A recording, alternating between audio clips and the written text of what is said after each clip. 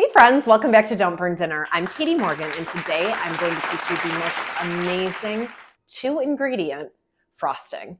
So my mother-in-law came to visit a couple years ago now, and I had baked a cake, opened up the pantry, and was like, oops, I don't have frosting. We have to run out and grab some. And she was like, what do you mean you have frosting right here? Grabbed 2 ingredients and made the most amazing frosting for the cake I have ever had in my life. I have used it ever since. My son is 6 today and he requested it for his birthday cake. So we're doing a box cake with the magical mother-in-law Nana's frosting. We'll call it Nana's frosting. All right, follow me. This is the best recipe. When you are doing your frosting, you have to look at how much. So 1 stick of butter. If you're anything like me, just read it and read the side. The numbers are all there. Is a 1/2 cup. So a 1/2 cup of butter, a 1/2 cup of powdered sugar. That is it. The same amount of butter that you put in, you have to put the same amount of powdered sugar. Confectioner's sugar, it's also called. That's it. 2 ingredients. I'll start with the butter. 1 full stick of butter. Plop. And a 1/2 cup of powdered sugar. I use the electric mixer for this part to get it started. Really blend it in. And then I whip it really good with the spatula. Whip, whip, whip.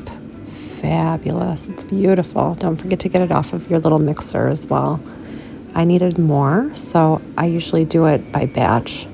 So now I'll add another stick of butter, another 1/2 cup of the powdered sugar. Then once it's done, I cover it and set it aside on the countertop until I'm ready for it. So if you love a homemade cake, go you. That's amazing. But I am a huge advocate for a boxed cake. I think to work smarter and not harder. I think that it's delicious. I typically do a devil's food when I'm doing chocolate, and then say work smarter, not harder. It's worth mentioning that the longer you stir, the more air gets in the batter, and so you get a lighter, fluffier cake. Well, this wouldn't be the Katie Morgan show if I didn't forget the cup of water.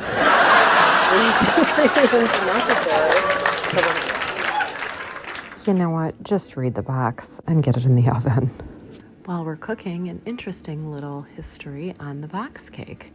So back in the 30s, a molasses company owner had a surplus of molasses, so he invented the concept of the cake mix box. It consisted of all dry ingredients. Everything was dehydrated, including the egg.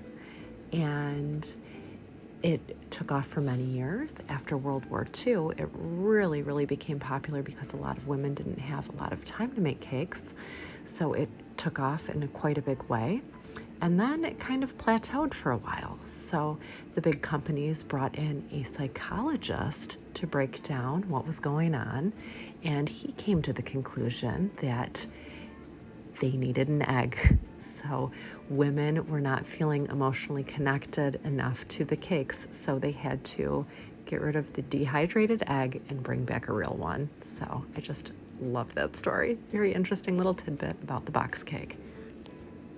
We have our completed cake from the box. So what you want to do is even it out. You want a level surface when you're frosting a cake. So I should probably do it that way. I take the biggest knife I have, like longest knife, and I kind of cut it. I'm doing it on here so it's more aesthetically pleasing, but typically I would be on top of a counter. Okay, so let's see. Right, now I save this, the top of it, and it's gonna be delicious. It's good to snack on whatever. You're going to leave that aside. Okay, so this one's got a little bit of a bump as well, but I think that's really cute. So you kind of want just the middle to have the flat surface here. And then when they sandwich together, you can kind of, it's still a little warm. See how nice it is on the bottom? So let's keep it that way. And then I do like a little rounded cake. I think it's cute. So I'm going to leave it, but if you want it to be more perfect, just trim it. like I showed you. Okay, so now we have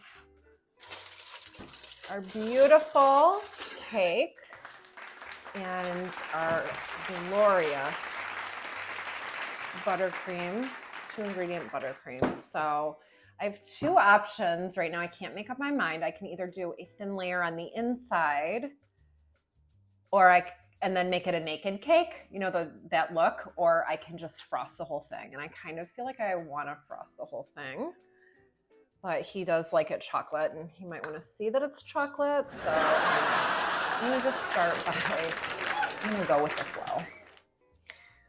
So I take that, and then I have this little spackling style knife. You're gonna get, probably, uh-oh. Yeah, it's a little warm still because his party is in like an hour.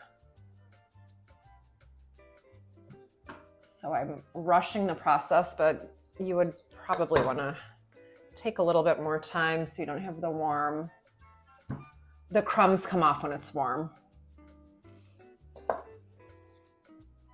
So cute. We're gonna frost the whole thing. We're going through it. And then let's add the top bit, the top layer. I'm sorry, you have to love these. Okay. No. I don't know about you, but I love a messy looking little homemade cake. I think it's the cutest thing. So I start with a really thick blob right on the top, and then I work down from there. I made quite a bit of frosting, so that's good. And then you can get the effect. It's so fun to do the homemade cakes nowadays because you kind of want people to know that they're homemade too. They got to look a little bit sloppy. It's gonna be so good. Look at that. Come on.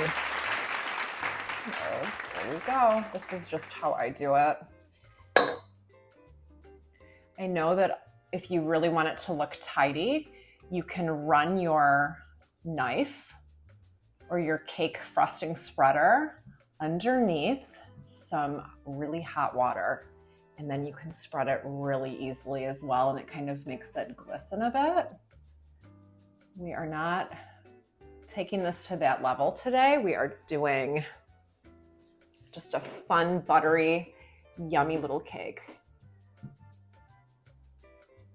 The nice thing about the frosting is it's not, you know how some can be so sharp. Sometimes sweetness can be such a sharp taste where it's a little bit surprising.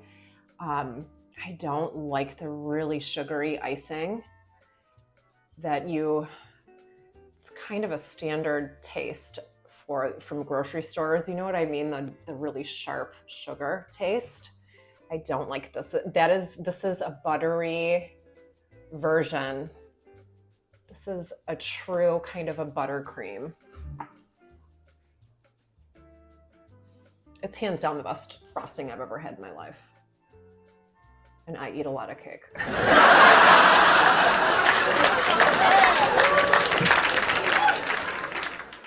I don't have decorations really.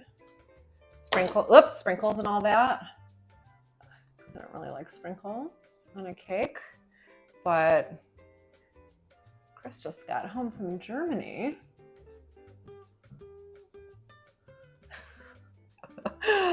Sometimes you just have to make do with what you've got. So here's a really good example of that. But this is authentic German chocolate. Oh my goodness, it looks so good. And our last step is adding 6 candles for the birthday boy. I can't believe he's 6. Voila. Sweet little cake. And there it is, our finished product. As homemade as it gets. Fabulous. To you. Happy birthday, dear Lennon. Happy birthday to you. Does it taste like Nana's? Tastes just like Nana's. Oh, good. We did have done. There you have it. It's all about the simple pleasures in life, like homemade frosting. Thanks for watching, and make sure you like and subscribe so you don't miss next week's episode. Bye.